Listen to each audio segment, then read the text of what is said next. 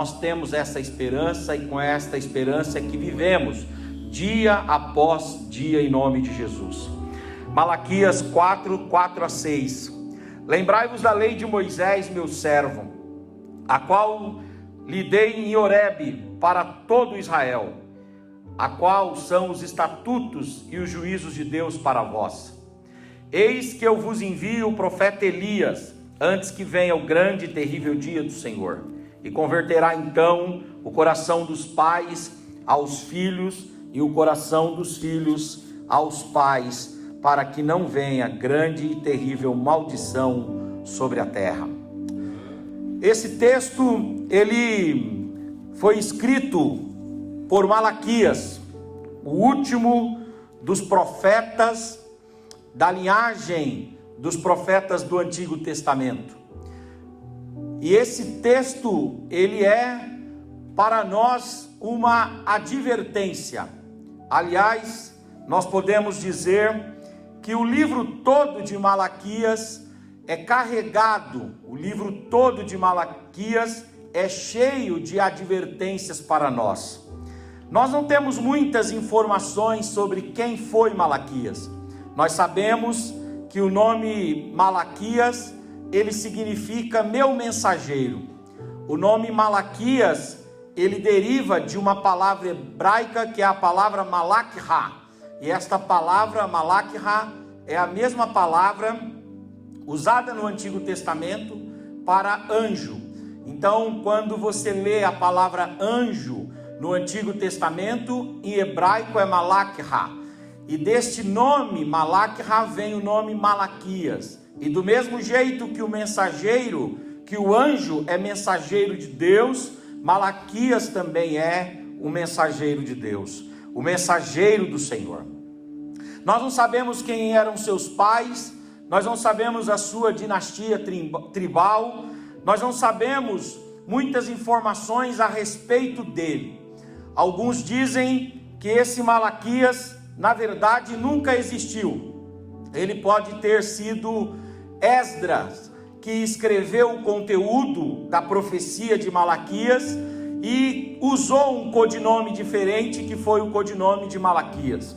Alguns outros dizem que Malaquias nunca existiu de fato como um personagem histórico e que talvez Malaquias fosse um anjo de Deus que foi enviado por Deus a Israel, e esse anjo então recebe esse nome de mensageiro. Mas a maioria dos teólogos aceitam e concorda, a maioria dos teólogos concorda que Malaquias existiu mesmo, Malaquias foi uma pessoa. Mas Malaquias não se preocupa muito em dar informações a respeito de si.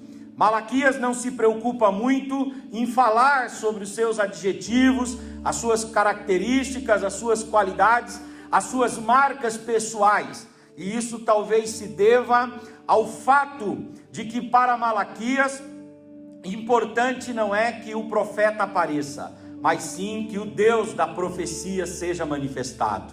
E é com base nisso que o Malaquias traz a sua palavra, traz a sua mensagem.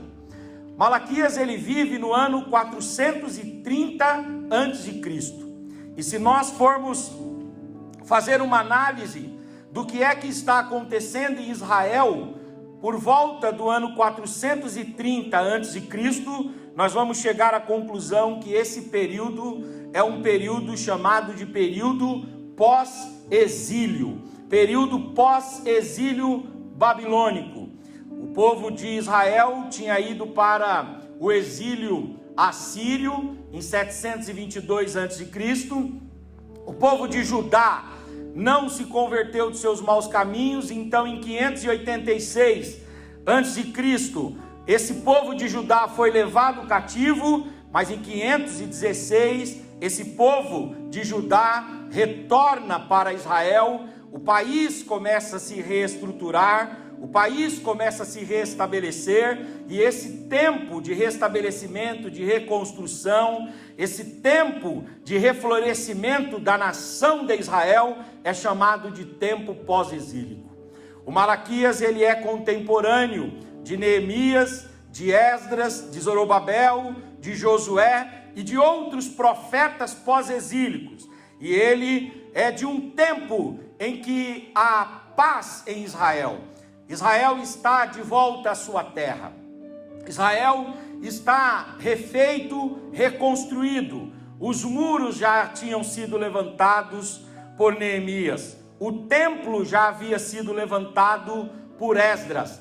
O profeta Ageu já havia profetizado lá no templo que Esdras levantou, dizendo que a glória daquele último estado, daquela última casa, seria uma glória maior do que a glória da primeira casa.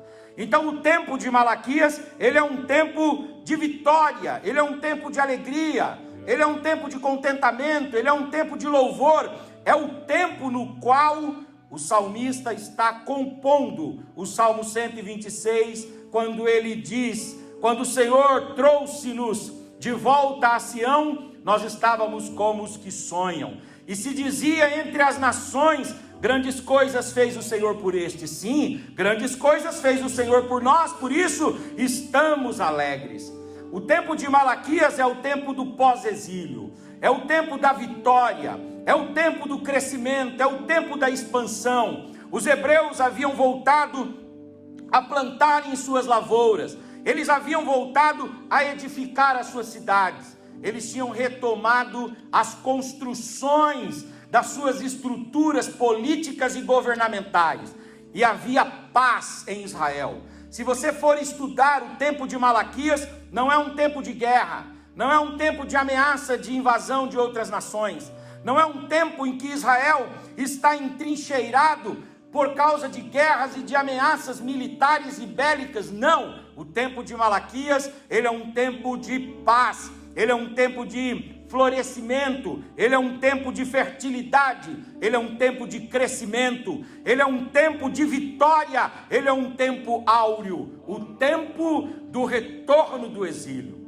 Ora, nesse contexto brilhante, nesse contexto augusto, nesse contexto iluminado, nesse contexto de vitória, nesse contexto onde as pessoas estão cantando a Deus pela vitória, por que se faz necessário então levantar o profeta Malaquias? Por que Deus vai se dar ao trabalho de, num tempo em que os muros estão reedificados, o templo está erguido e em funcionamento, por que num tempo em que as cidades estão construídas, as lavouras estão plantadas, o reino está sendo restabelecido e reestruturado, as instituições hebreias como o ancianato, a família e a instituição levítica está em atividade? Ora, se esse tempo é um tempo dadivoso, por que Deus vai levantar Malaquias? Deus vai levantar Malaquias porque, não obstante a todas as qualidades do tempo que Malaquias vivia, esse tempo de Malaquias, ele é um tempo de apatia espiritual. É muito interessante isso, porque o povo tem muros, o povo tem templo, o povo já tem as lavouras plantadas, as cidades edificadas, não há guerra e nem ameaça com outros países tentando invadir Israel, tudo está muito bem, mas estas benfeitorias, estas benesses, estas condições louváveis e pacificadoras trazem ao povo de Judá, trazem ao povo de Israel um esfriamento, trazem ao povo de Israel uma indiferença, trazem ao povo de Israel uma apatia, uma frieza, uma mornidão e um esquecimento a respeito de Deus. E aí então, quando o povo está muito bem em tudo, mas afundado na apatia, na indiferença, está afundado, distante de Deus, Deus vai levantar o profeta Malaquias para trazer alertas, para trazer advertências e para dizer para eles como eles poderiam vencer a apatia. Tem um texto nos evangelhos, que é o texto de Lucas 5, quando Jesus Cristo, ele opera o milagre da grande pesca. Diz a Bíblia que os discípulos pescaram uma pesca maravilhosa, e quando eles terminaram aquela pesca, havia tanto peixe. Existiam tantos peixes nas redes, que as redes estavam rasgando. E o texto diz ali que naquele momento, por causa das multidões, das riquezas de peixes que eles receberam, o barco dos discípulos quase ia ao naufrágio, a pique, quase afundava. É muito interessante observarmos esse detalhe, que às vezes é ignorado por muitas pessoas, quando a Bíblia diz assim: e eles, por causa da multidão dos peixes, o barco quase ia afundar. Quando as coisas vão bem, os muros estão edificados, quando as estruturas estão bem solidificadas, quando tudo está pacificado, há uma tendência em nós, há uma inclinação no homem de ir se esquecendo de Deus, de ir se esquecendo da bondade de Deus, de ir ignorando a palavra de Deus, de ir ignorando a vontade de Deus e de ir afastando-se das determinações divinas. Daí então Deus levanta o profeta Malaquias nesse contexto e diz assim: ó Israel, vocês foram restaurados à terra, está tudo bem com vocês, mas vocês deixaram a mornidão, a frieza, a indiferença espiritual tomar conta de vocês, e eu venho aqui como arauto de Deus para alertar vocês, e para trazer a vocês advertências, e se vocês ouvirem essas advertências, vocês vão repelir, vocês vão afastar, vocês irão elidir, vocês vão colocar para longe todo tipo de indiferença a Deus. É muito interessante isso, porque quando vamos bem, ficamos indiferentes e apáticos, distantes, desdenhando de Deus, ignorando Deus. Mas quando Deus permite situações na nossa vida, Ele nos chama a atenção, Ele grita em nossos ouvidos, Ele causa alarmes em nossa alma, Ele faz tremer o nosso coração, e aí então podemos ouvir os alertas, as advertências e os chamados de Deus. A igreja brasileira, nesses últimos anos, em muitos aspectos, apesar de ter grandes muros, apesar de ter grandes templos, apesar de ocupar grandes e largos e amplos espaços da sociedade, poderia ser chamada e taxada também de uma igreja em certo aspecto apática, fria, distante. Mas Deus, irmãos, está nos alertando. Tudo que Deus está permitindo vir sobre nós é o chacoalhar de Deus, é o megafone de Deus, ecoando e dizendo: olha, povo meu, eu sei que eu tenho abençoado vocês no Brasil, eu sei que no Brasil hoje é romântico, é bonito, é simpático dizer que é evangélico, eu sei que vocês têm tomado as camadas políticas, as camadas dos atletas, eu sei que são muitos os artistas, eu sei que nas camadas mais finas da política há presença evangélica, mas eu quero dizer para vocês, há uma apatia, e por causa dessa apatia, eu vou chacoalhar o mundo, eu vou abalar o mundo, e vou fazer o mundo ouvir as minhas advertências.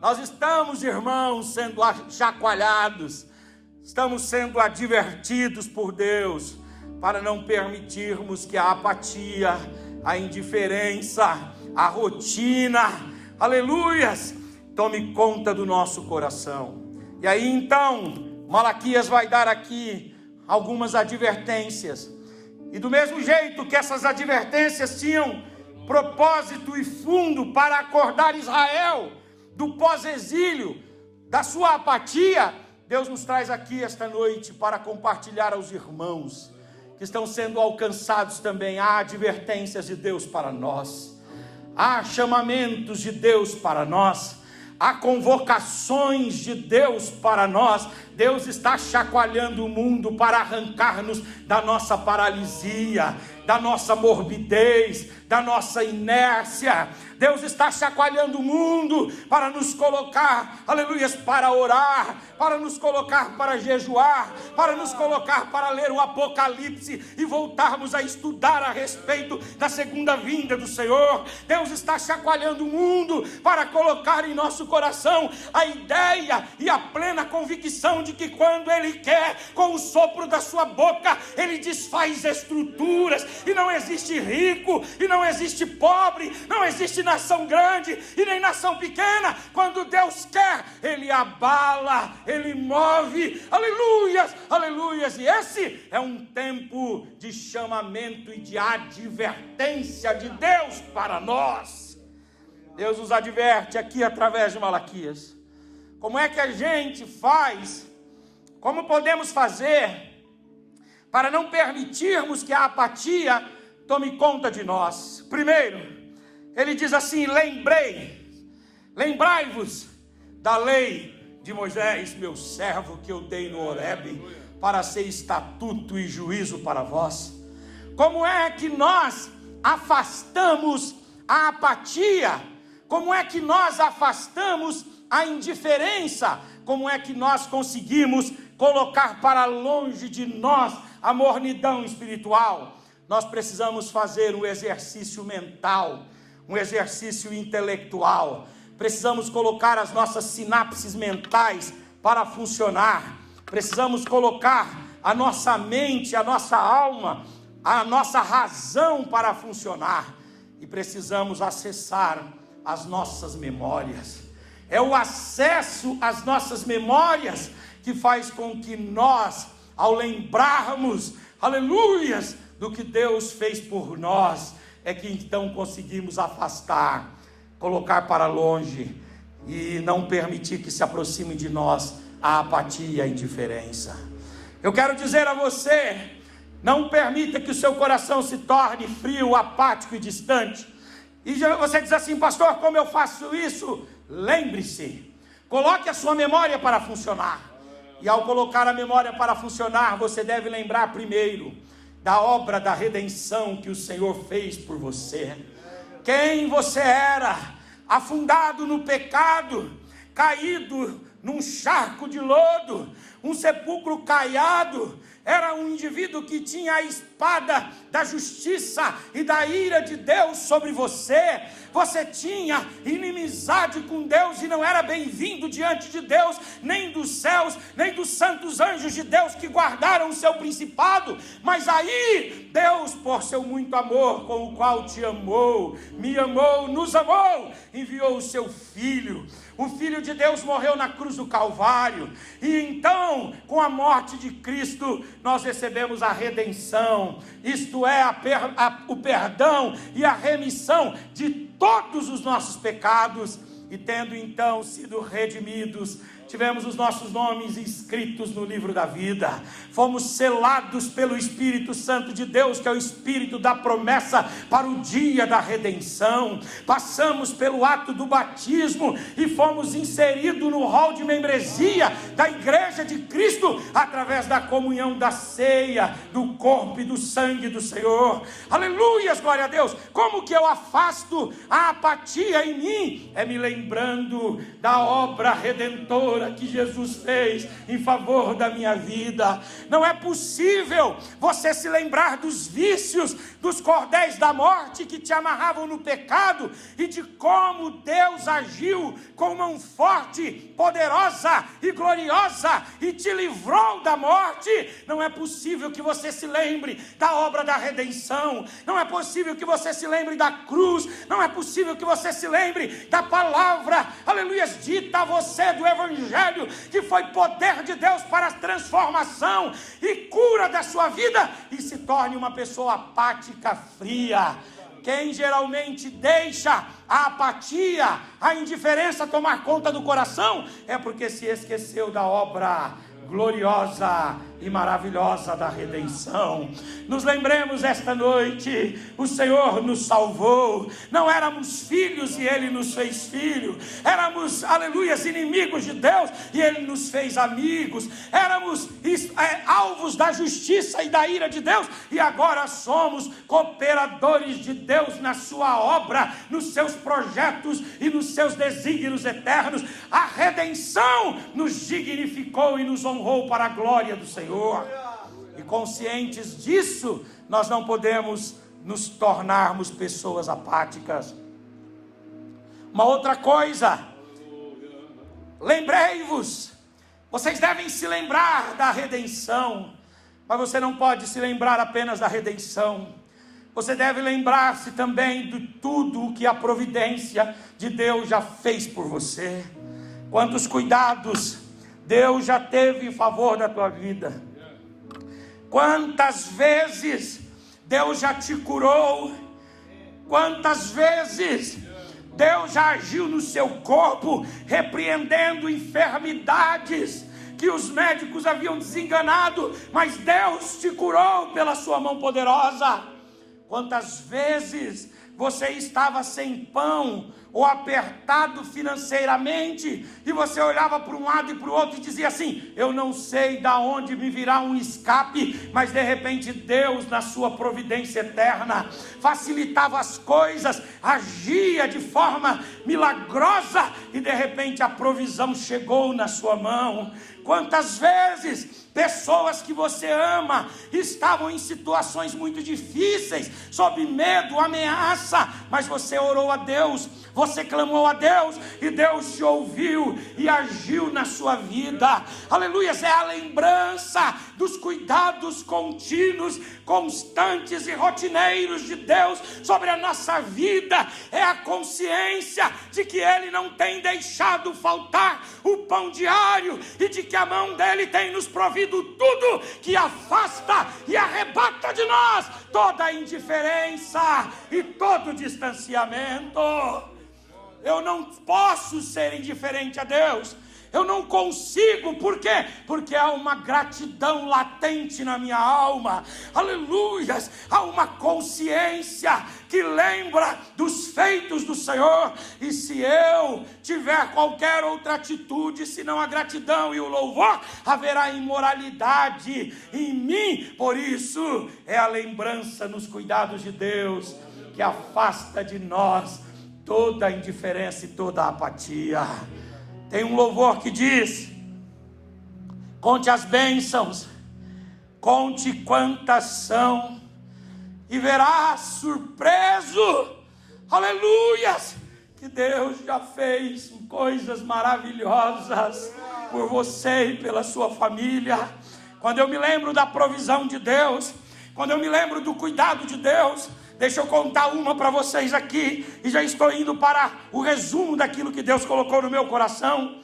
Era um período de Páscoa, e eu me lembro que nós, lá em casa, eu com 2 crianças, vivia integralmente do ministério, não era advogado, e então, naquele período, sem pregar, umas agendas difíceis, e sem dinheiro, eu me lembro que era domingo de Páscoa, e a gente tinha passado a semana toda na expectativa de entrar alguma coisa e não tinha entrado nada.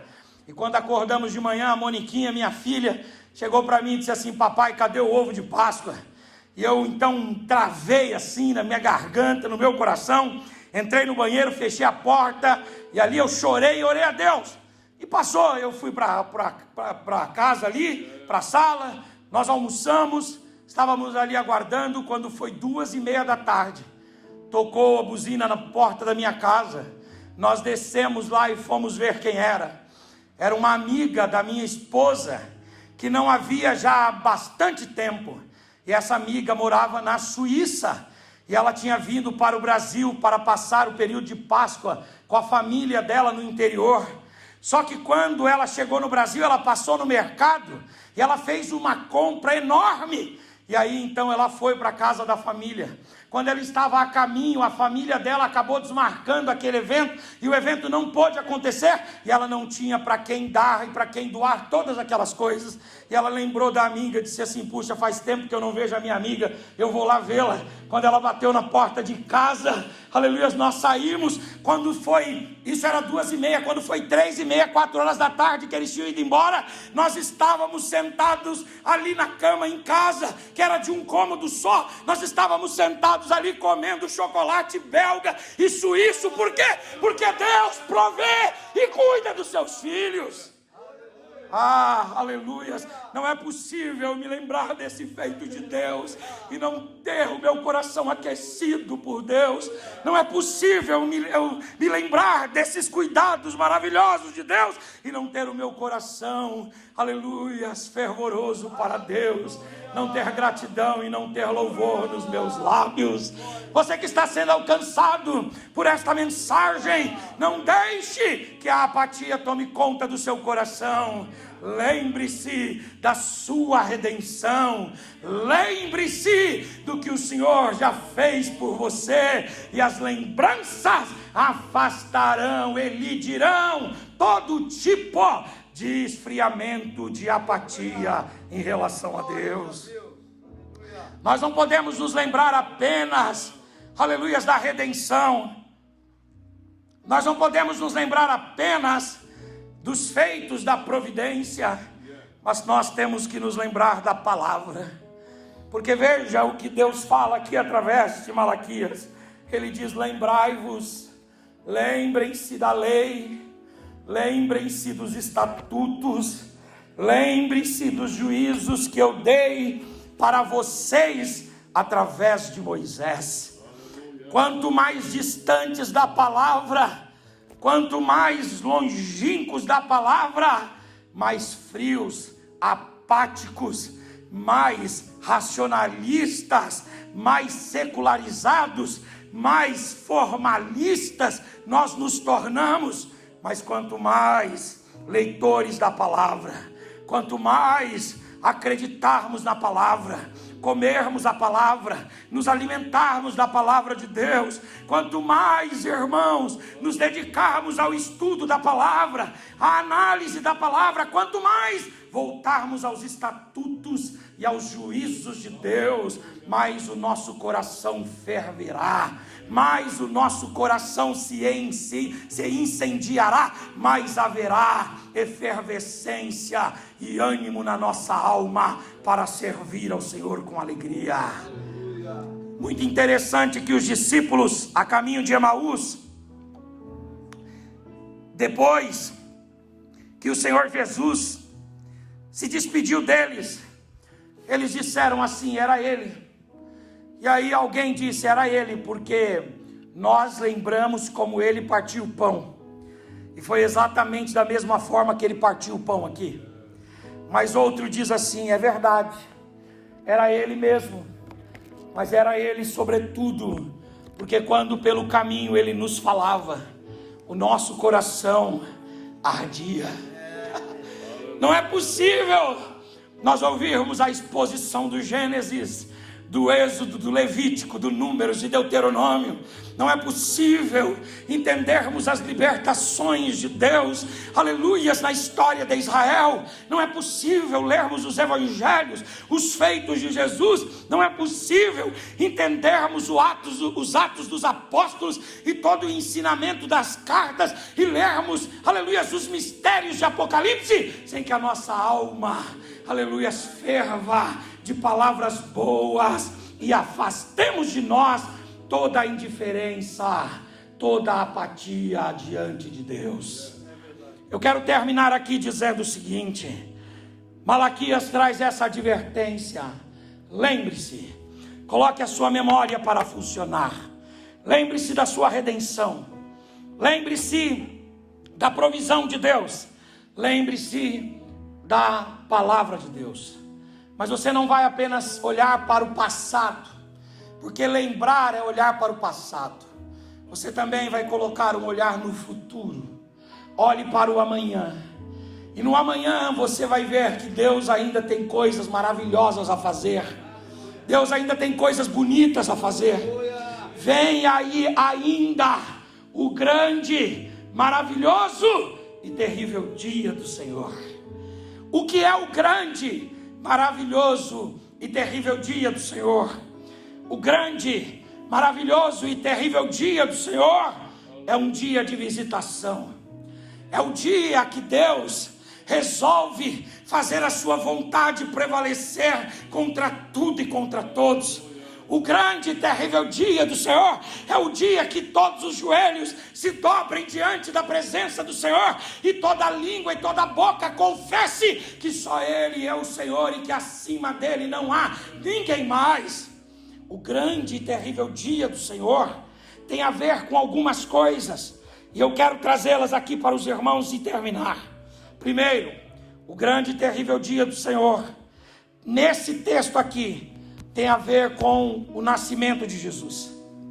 Tem a ver com o dia que Jesus nasceu. E então houve um cataclisma no mundo. Quando Jesus nasceu, houve uma ebulição no mundo. Quando Jesus nasceu, houve um chacoalhar no mundo. Vejam que como as coisas aconteceram no dia que Jesus nasceu.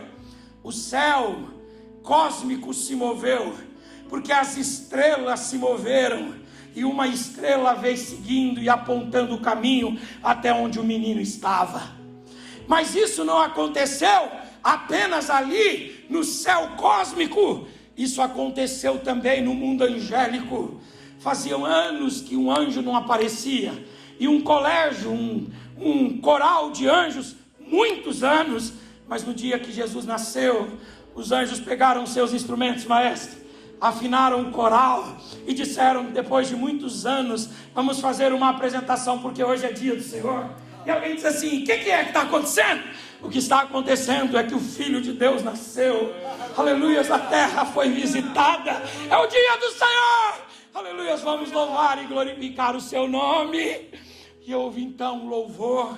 Mas não aconteceram apenas movimentos no céu cósmico e também na esfera angélica. Também no dia que Jesus nasceu, os pastores foram visitados. Os pastores representavam as classes mais trabalhadoras, as classes em certos aspectos mais humildes, as classes mais marginalizadas. Mas essa classe recebeu a visitação do anjo que disse: hoje eu vos trago novas de alegria que será para todo o povo. Hoje vos nasceu na cidade de Davi Jesus Cristo, o Filho do Deus Altíssimo. Hoje é o dia do Senhor. Aleluia. O dia do Senhor, aleluias, não mexeu apenas com pessoas simples, pobres, camponesas, ruralistas. O dia do Senhor mexeu lá no império. Dias antes, o César Augusto pegou a sua pena e fez um edito dizendo: olha, todo mundo deve voltar à sua própria terra para o recenseamento. E aí alguém diz assim: com que motivação você está fazendo esse recenseamento, meu filho? Ele não sabia dizer.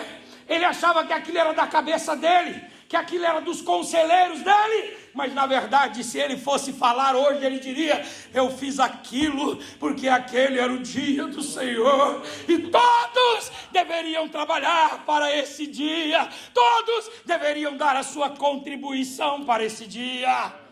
Mas isso não atinge apenas os camponeses, não atinge apenas a elite, isso atinge também os sacerdotes. Zacarias estava lá, aleluias, no templo do Senhor, e de repente, há muito tempo, ele não ouvia a voz de Deus, mas ele ouviu aquele dia. Aleluias. João Batista nasceu, o deserto foi abalado, Israel foi chacoalhado, Herodes foi chacoalhado no seu trono, todos os povos se moveram. Por quê? Porque era o dia do Senhor. Eu quero dizer para você que está me ouvindo, os irmãos aqui, o dia do Senhor está próximo. O dia do Senhor virá, e Ele virá com grande e maravilhosa glória. Ele virá com os seus anjos. Ele virá, aleluia, de forma gloriosa e extraordinária. O dia do Senhor era o dia do nascimento de Jesus, mas o dia do Senhor também foi o dia da sua morte. O dia do Senhor também foi o dia da sua ressurreição.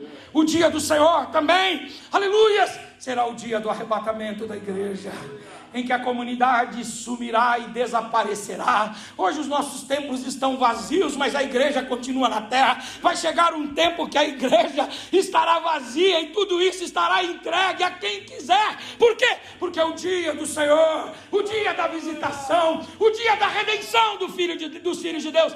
Esse dia será consumado. Só que o dia do Senhor não tem a ver apenas com o arrebatamento. O dia do Senhor também tem a ver com a vinda do Senhor em glória juntamente com a igreja. quando ele pisará o Monte das Oliveiras, e conforme Zacarias 14, o monte rachará do alto até embaixo, e ele estabelecerá o seu trono em Israel por 1000 anos.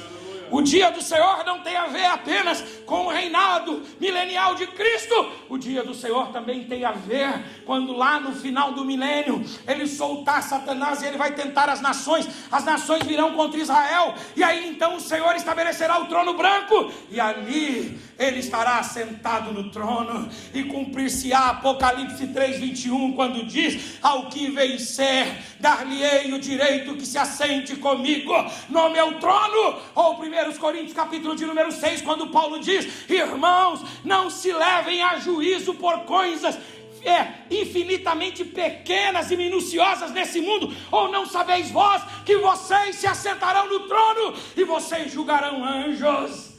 Aleluias. O trono branco será o grande, maravilhoso e terrível dia do Senhor. E por fim, quando vier o novo céu e a nova terra, a nova Jerusalém de Deus, nós, irmãos, temos esta viva esperança em nós. Nós não olhamos apenas para o passado, mas olhamos para o futuro, e anelamos esse futuro que se aproxima brevemente. E quando descer a nova Jerusalém, ataviada como uma noiva para o noivo, eu perguntarei para você: o que é que vai estar acontecendo? O que é que está acontecendo? O que é isso? Você vai dizer: é o novo céu e a nova terra. Aleluia, é o grande, maravilhoso e terrível dia do Senhor. Aleluia. Não é possível pensarmos na escatologia, não é possível pensarmos nos eventos vindouros e deixarmos o nosso coração apático, deixarmos a nossa alma fria diante de Deus. Por isso que Malaquias fala: Israel, vença a apatia olhando para trás, e vença a apatia olhando para frente. Eu quero dizer para você que está me ouvindo: vença a sua apatia, a sua indiferença, lembrando-se de tudo que nós colocamos aqui já, e também olhando para o futuro e sabendo que há um futuro glorioso de Deus para nós. E nesse futuro, o que é que vemos? Nós não vemos um futuro duvidoso. No futuro nós vemos o seguinte: o novo céu e a nova terra, aleluia, estabelecida pelo Senhor. O Senhor assentado no seu alto e sublime trono, e toda a igreja, todo o seu povo, redimido e perdoado de todos os povos, tribos, etnias, raças e nações. Todos de todas as classes sociais e de todas as opiniões políticas, todos estarão prostrados diante do trono e vão cantar, aleluias, alegremente, juntamente com anjos, arcanjos, querubins e serafins, e os anciãos e os 4 seres. Todos cantaremos num coro único: glória, glória ao que está sentado sobre o trono, e bendito seja o Cordeiro de Deus, que foi morto, mas venceu, e está assentado à direita de Deus Pai. Glórias ao Senhor. Quer vencer a apatia? Olhe para o passado, use a sua lembrança. Quer vencer a apatia? Olhe para o futuro, use a sua esperança, e você nunca será um cristão apático. Que Deus em Cristo nos abençoe, que o Espírito de Deus continue falando conosco, não somente hoje, mas durante essa semana, para a glória do Senhor. Muito obrigado, pastor.